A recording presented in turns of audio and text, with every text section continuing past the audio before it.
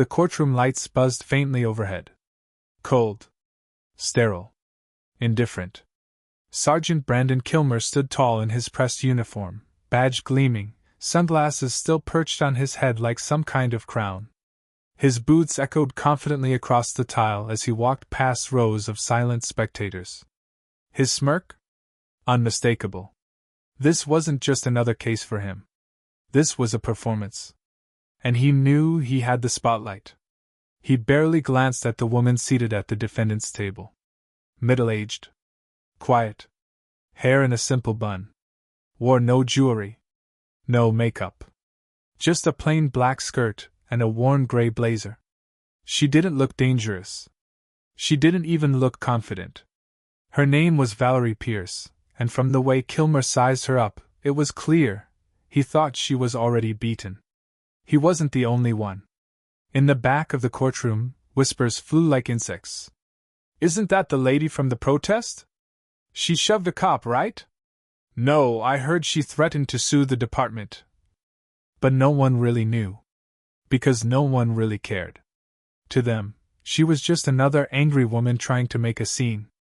And Sergeant Kilmer? He was the law. Decorated. Respected. Untouchable. The judge entered. Everyone stood. Valerie didn't move a muscle. Her eyes locked on the officer who'd just accused her of obstruction of justice, assaulting an officer, and resisting arrest. The charges sounded severe. They were meant to. Because this case wasn't just about a woman in handcuffs. It was about control. And Kilmer wanted to send a message. He took the stand first. Confident. Articulate. Over-rehearsed. "She approached my cruiser with hostility," he said smoothly, glancing toward the jury. "She shouted obscenities, demanded information on a private case, and when I asked her to step back, she laid hands on me." There were nods from the jury. One woman even clutched her pearls. The word, "lay hands on me," had landed perfectly. Valerie remained still. Not a flicker of expression. Not a single reaction. The prosecutor leaned in. "Did you feel threatened, Sergeant?" "Yes," Kilmer replied solemnly. "She was aggressive, loud, and non-compliant. I had to act to preserve safety, for myself and others." "And how did you respond?" "I detained her. By the book." But it wasn't by the book. Not even close. Valerie's wrist had been bruised for 2 weeks. She still had photos. Medical records. Eyewitnesses. But she hadn't said a word yet. Because Valerie wasn't here to argue. She was here to reveal. When it was finally her turn to speak, she stood quietly, hands folded, and walked to the front of the courtroom. The room tensed. No lawyer stood beside her. She was representing herself. A woman alone. Against a uniformed officer. In a courtroom where image was everything. The judge raised an eyebrow. "Ms. Pierce, do you understand the seriousness of the charges brought against you?" "I do, Your Honor." "And you choose to proceed without counsel?" "I do." Whispers again. This time sharper. Disbelieving. But Valerie didn't flinch. Instead, she asked one question. "May I play a recording for the court?" Kilmer's eyes flickered, just for a second. A tiny break. The judge considered it. "Does this pertain to the alleged incident?" "Yes." "It's from my phone. The audio from the moment he approached me." The room went silent. The judge nodded. "Proceed." Valerie walked to the desk, plugged in a small speaker, and hit play. It started with wind. Street noise. Then, "Ma'am, back away. You don't get to ask questions. I'm just trying to find out why you're arresting my neighbor." I said back away. "You want to go to jail too?" Then a scuffle. Then her voice. "You're hurting me." "I didn't do anything." Then him. "Maybe you should have kept your mouth shut." The audio cut. No one moved. The jury looked shaken. The judge's lips tightened. Kilmer shifted in his seat. Just a little. But enough. Valerie unplugged the speaker, looked directly at the jury, and said quietly, That's how it started. She didn't add anything else. She didn't need to. Because the story was changing. She wasn't the aggressor. She was the witness. The protector. The one who dared to speak. And Kilmer? He wasn't looking so confident anymore. Sergeant Kilmer didn't flinch at first. Not really. He adjusted his tie. Shifted in the witness box. Cleared his throat like someone brushing away dust. But under the surface? You could almost hear the cracks forming. The judge leaned forward. Sergeant Kilmer, do you recognize that audio? He blinked slowly. I do. Do you deny that it's your voice? Kilmer straightened. I don't deny it. But context matters, Your Honor. That was his game now. Context. Twist the truth. Paint a new picture. Make Valerie seem unstable, confrontational, dangerous. Because if he lost control of the narrative, he lost everything. The prosecutor jumped in, eager to clean up the mess. Your Honor, we'd like to remind the court that audio recordings can be edited, selectively cut, or manipulated. Valerie didn't say a word. She just lifted another item from her folder. A thumb drive. I also have the full 23-minute version, if the court prefers unedited material. That stopped them cold. The judge nodded. Submit it. We'll review it in chambers. For now, let's continue with the questioning. Kilmer locked eyes with her. No more smirk. No more swagger. Just cold calculation. Ms. Pierce, the prosecutor said with a smile that didn't touch his eyes, can you explain why you were even at the scene that day? Why insert yourself into a police matter? Valerie looked toward the jury. Because a teenage boy was being pinned to the pavement by two officers. One had his knee on the kid's back. The other had his taser drawn. The boy was unarmed. And crying for his mom. Someone in the jury shifted. Another lowered their eyes. The prosecutor pressed on. But you weren't related to this boy? No. Then why get involved? Valerie's voice didn't rise. It didn't tremble. Because silence would have been easier. But not right. The words hung in the air like a blade. Kilmer leaned in, trying to regain footing. She approached aggressively. He insisted. She kept yelling, accusing me of misconduct, calling me names. She disrupted our operation. Valerie turned. No one was shouting, until you grabbed my arm. She didn't raise her voice. She didn't need to. Her calm made his shouting stand out louder. The prosecutor frowned, shifting strategies. Ms. Pierce, is it true that you've participated in multiple protests against law enforcement in the past 2 years? I have. Have you ever been arrested before? No. But you've organized rallies, correct? I've spoken at vigils. Yes. Would you describe yourself as an activist? She paused. Then nodded. I would describe myself as someone who refuses to look away. The prosecutor let that sit like a stain. He was trying to paint her as biased. Unstable. One of those people. Valerie knew exactly what was happening. And so did everyone watching.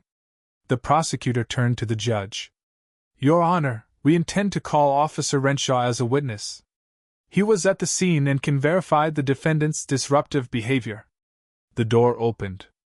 Officer Renshaw entered in uniform, broad-shouldered, clean-shaven, and silent. He walked with the quiet authority of someone used to being believed without question.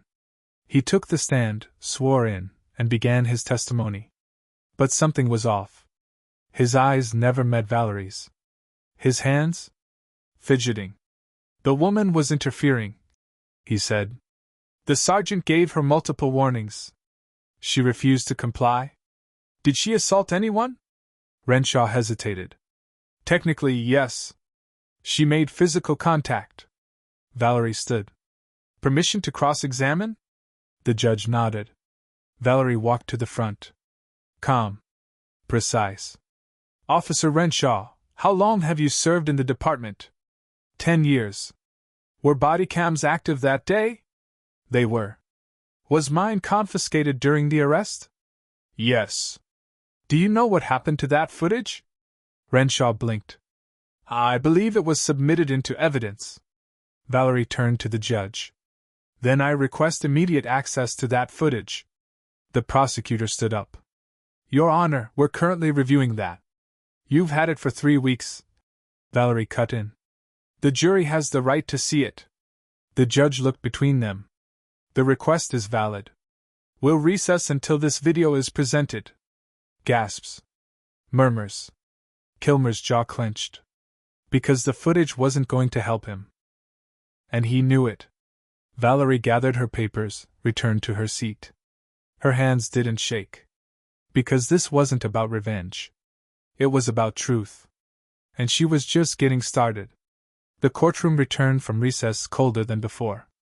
No one spoke. No one coughed. No one even blinked too loud. All eyes were on the screen. The bodycam footage had just been queued up. Raw. Uncut. Time-stamped. The clerk pressed play. At first, it was routine. A suburban street. Afternoon sun. A teenage boy in a hoodie on the sidewalk. Sergeant Kilmer stepping out of his cruiser. Then shouting. Not from the boy. From Kilmer. Don't move! On the ground! Now! The boy raised his hands. No weapon. No sudden moves. Still, Kilmer shoved him down hard. Knee to the back. The boy screamed. The footage shook as the camera swung. Then a voice entered. Valerie's. Why are you doing this? He didn't do anything. Kilmer turned. Get back. Walk away. I'm not leaving. He's a kid. Kilmer's hand reached for her arm. He grabbed her. Yanked her off balance. Don't touch me, she cried. You want to be next? He snapped. Gasps echoed in the courtroom. The screen went black. Footage cut. Silence. The judge's face tightened. Jurors exchanged glances. The prosecutor stood immediately.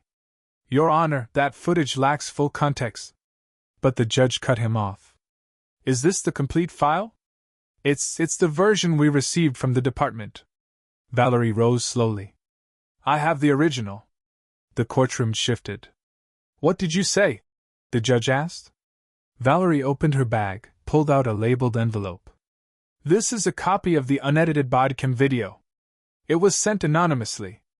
I made 3 backups, one of which is stored in a secure cloud, in case this one gets lost. Kilmer's face turned pale. Valerie stepped forward. May I present this to the court? The judge nodded. The prosecutor stammered.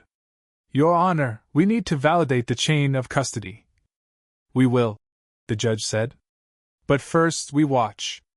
The clerk inserted the new file. This time, the footage didn't stop. It kept rolling. After Valerie was shoved, the footage caught Kilmer whispering under his breath. Another nosy liberal, should have stayed in the kitchen. Then laughter from Renshaw. The boy was still crying. Still face down. No weapon ever appeared.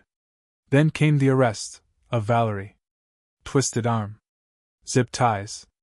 Pushed into the squad car. You don't mess with cops, Kilmer said into the camera, not realizing it was still rolling. Especially not ones like me. That line hit like a bomb. The footage ended. And for a full 10 seconds the courtroom didn't move. Then came the murmurs. Shocked whispers. One juror covered her mouth. Kilmer sat frozen. Renshaw looked like he wanted to melt into the floor. The judge cleared her throat. Sergeant Kilmer, do you wish to clarify anything? He opened his mouth. Then closed it again. He had nothing. For the first time since this trial began, the power shifted. Visibly. Permanently. But the prosecutor wasn't done. He stood, desperate now. Even if the video shows aggressive behavior, it doesn't prove intent. It doesn't prove this woman is innocent of obstruction. Valerie turned. Obstruction of what? Of a boy being brutalized for walking while black. Objection, the prosecutor blurted. Sustained, the judge said. But it was too late. The words had landed. And they weren't going away. The prosecutor tried one last tactic. Ms. Pierce, do you have any law enforcement background? No. Legal training? She hesitated. Not formally. Then who are you to question the actions of trained officers? Valerie paused. Then walked slowly to her seat. She pulled out one final envelope and laid it on the table. The judge looked confused. What's that? A court order, she replied. From a case I filed 2 years ago in federal court. The judge took the document. Read. Then her expression changed. Drastically. This is a permanent injunction, she said slowly, against the use of force on nonviolent minors during public detainments. Valerie nodded. I was a lead plaintiff. The room gasped again. She wasn't just some protester. She was the woman who'd helped pass one of the most significant policing reforms in the state. Kilmer looked sick. The prosecutor sank into his chair. The judge looked up. Why didn't you disclose this before? Valerie replied evenly. Because I didn't want to win on reputation. I wanted the truth to win on its own. And in that moment it did. Because the courtroom didn't see a criminal. They saw a citizen who stood up when no one else did. They saw the truth that had been buried under arrogance, power, and blue uniforms. And it was just the beginning. The courtroom had shifted. Not just in mood. In power. Kilmer sat like a statue, silent, stiff, cracking behind his polished surface. The prosecutor no longer stood tall. He scribbled on a legal pad, hand trembling slightly. And Valerie Pierce? She was no longer just a woman in a gray blazer. She was something else now. A name with weight. A presence with power. The judge leaned forward again. Ms. Pierce, would you like to make a formal motion regarding this trial? Valerie nodded once. Yes, Your Honor. I move for immediate dismissal of all charges, citing video evidence, abuse of power, and failure to disclose exculpatory material. The courtroom murmured again. The prosecutor's head snapped up. Your Honor, this is irregular. We need time to review. You had time, Valerie said, her voice calm. Cold. Unforgiving. You had 3 weeks and full access to the department's records. And yet the version of the footage you submitted was edited. The judge turned to the clerk. Mark that for record. Then, her gavel struck once. Motion to dismiss is under review. I'll return with a ruling shortly. Recess. But this time, Valerie didn't sit still. She stepped outside the courtroom and pulled out her phone. One contact. One name. She pressed call. It rang once. Then a man's voice answered, steady and warm. This is Deputy Director Langston. It's done, Valerie said softly. But I need you to pull personnel records. Specifically Kilmer. And Renshaw. A pause.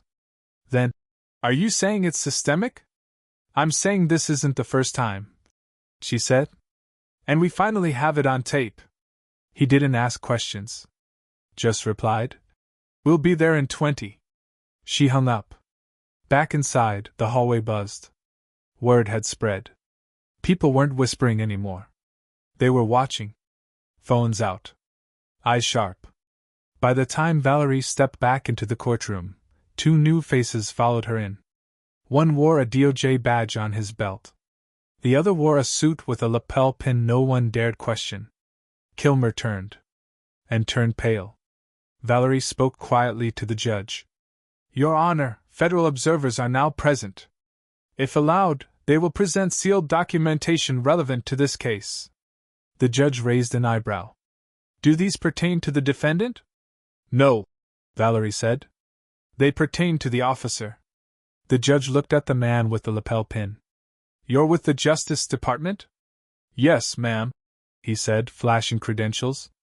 And what we've uncovered in the last 48 hours goes well beyond this courtroom. He handed a sealed file to the judge. Inside were disciplinary records, internal complaints, bodycam deletion logs, and more. Kilmer's smirk didn't just vanish, it collapsed. The judge scanned the first few pages. Then looked up. Sergeant Kilmer, she said evenly. How many complaints have been filed against you in the last 3 years? Kilmer swallowed. That's irrelevant. Answer the question. His mouth opened. Nothing came out. Valerie turned toward the jury, her voice soft but firm. This man has hurt people. Repeatedly. Silently. Without consequence. And if I hadn't recorded that day, this trial would have buried another truth. A pause. Instead, we dug it up. The judge banged the gavel. Charges against Valerie Pierce, dismissed. Immediately. The courtroom buzzed. Not with noise, but with tension breaking. Like chains snapping. But it wasn't over yet. Because then, the man from the DOJ stepped forward again. Your Honor, with permission, federal agents would like to escort Sergeant Kilmer from the premises, for questioning. That was it. That was the moment. The moment a man who had built his career on intimidation was now being escorted out by the very system he thought he owned.